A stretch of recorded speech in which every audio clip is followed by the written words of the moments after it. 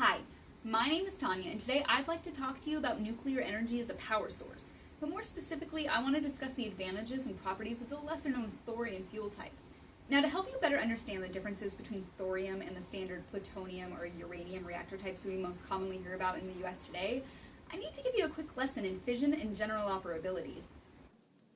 The word nuclear refers to the nucleus, and in a nuclear reactor, these nuclei are split into smaller parts through a process known as fission. Fission occurs when a subatomic particle known as a neutron strikes and breaks apart the nucleus of an atom of suitable fuel. Each fission releases energy in the form of radiation and kinetic energy. This release of energy will produce heat and additional neutrons, which can then turn around and fission other atoms in a sustainable chain reaction. Now, it's important to note here that fission reactions result in the production of radioactive waste products, which pose a serious health risk to humans in the environment if not handled properly. There is the possibility that reactor operators may lose control of the chain reaction, resulting in what's known as a supercritical reactor, which can lead to a meltdown, or the release of these waste products to the environment. This is the most important key difference between thorium and other nuclear fuel types, because thorium cannot sustain this reaction on its own. Fissile fuel types like uranium and plutonium can sustain this reaction, but thorium is what we call fertile instead of fissile, meaning it can produce fissile materials, but only if neutrons from an outside source are provided. Now, it's true that the typical reactor uses a refined uranium ore, which is made up mostly of uranium-238, but contains about 3 to 5% uranium-235. Uranium-238 is the most naturally occurring uranium, but unfortunately this isotope does not actually undergo fission.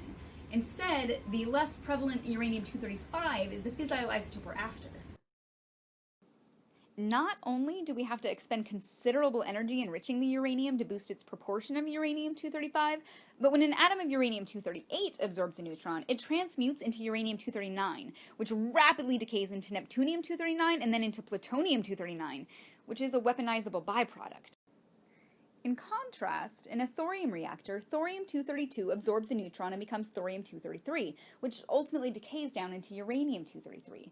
Now, this uranium-233 is another fissile isotope. It's long-lived and can be separated from the remaining thorium to be fed into another reactor to generate energy.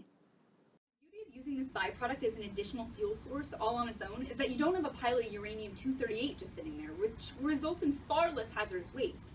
Thorium nuclear waste only remains radioactive for about 500 years in comparison to 10,000, and there's 1 to 10,000 times less of it to be stored.